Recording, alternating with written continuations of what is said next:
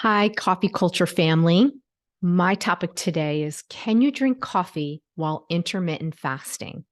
The benefits and the risks. I've personally tried intermittent fasting. It's purported to set the stage for a longer life, a leaner body, and a sharper mind. More modern day warriors seeking health hacks are trying to improve the sharpness of their minds and are using it by creating a 10 to 14-hour window where they do not consume food. I've had success by incorporating it into my sleeping hours. So, for example, I'll stop eating after 8 p.m. and I refrain from snacking after dinner too, which is really hard. I'll go to sleep and wake at 6 a.m. That is already 10 hours of no food. So if I get up and drink water and only black coffee with no cream, protein powder, or added sugars, I can extend that window until 10 a.m. So that's where my 14-hour window resides. That's my goal. I'm noting here that adding anything to your coffee essentially breaks the fast, and there'll be more on that in a minute. So you ask me, why would I want to do this? Well, let me shed some light on this through Mark Mattson. He is a Johns Hopkins neuroscientist who has studied intermittent fasting for 25 years. He says that our bodies have evolved to be able to go without food for many hours, or even several days or longer. And that in prehistoric times, before humans learned to farm, there were hunters and gatherers who evolved to survive and thrive for long periods without eating. And they had to, because it took a lot of time and energy to hunt game and to gather nuts and berries. Research shows that the intermittent fasting periods do more than burn fat. Mattson explains that when changes occur with this metabolic switch that you go through, it affects the body and brain. I personally like to focus on the benefits of focus and clarity. And one of Mattson's studies published in the New England Journal of Medicine revealed data about a range of health benefits associated with the practice. These include a longer life, a leaner body, and a sharper mind. Who doesn't want a longer life with a sharper mind? Studies discovered that intermittent fasting boosts working memory in animals and verbal memory in adult humans. This is not a diet I'm recommending unless you pass it by your doctor. There are plenty of studies out there to help you decide if you even want to try it. I stumbled into this originally when I was exploring Bulletproof Coffee, a book and brand by David Asprey. I'll leave that in the show notes, but I want to dial back to the additions we generally make to our cup of coffee. You break the fast as soon as you add these things. And there's a ton of literature on this. Keto and paleo followers say it is okay to add a small amount of MCT oil or butter to your coffee without flicking that switch and pulling you out of your fast. And it's quite controversial, and I'm on the fence if it actually does. I follow another health food junkie and journalist, Max Lugavere. He says it's okay to add MCT oil or butter. He stumbled upon this and other health hacks when trying to find solutions to cure his late mother's dementia.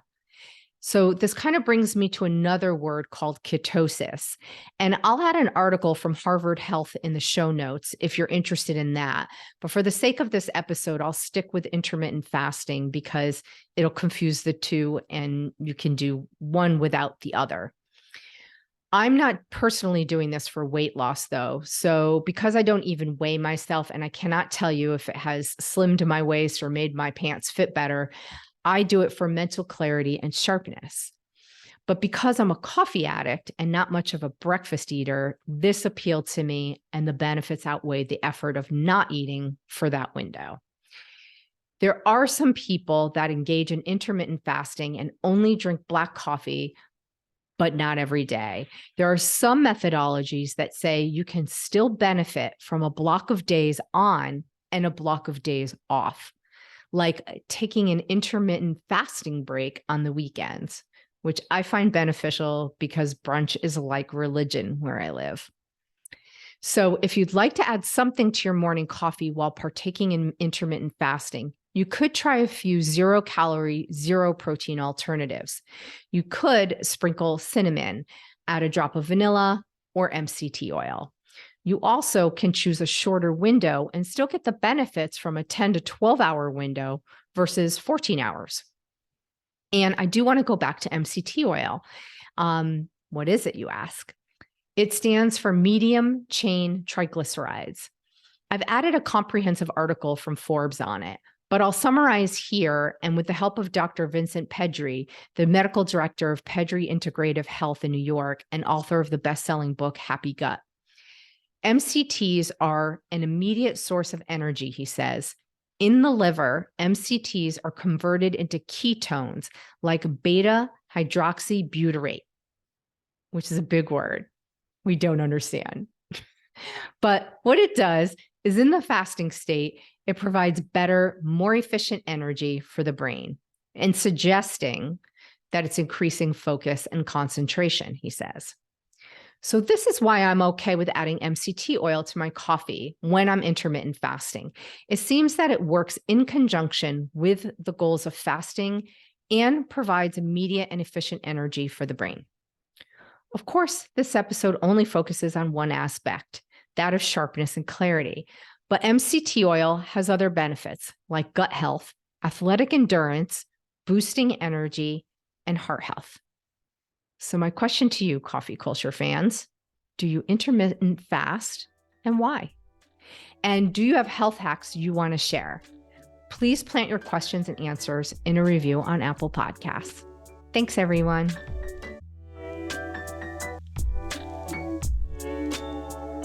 Share your thoughts and ideas on coffee culture. You could put them in the reviews on Apple Podcasts or DM me on Instagram. And if you'd like to support an indie podcaster, there is a link in the show notes for buying me a coffee. Please subscribe and share a cup of coffee culture with your friends.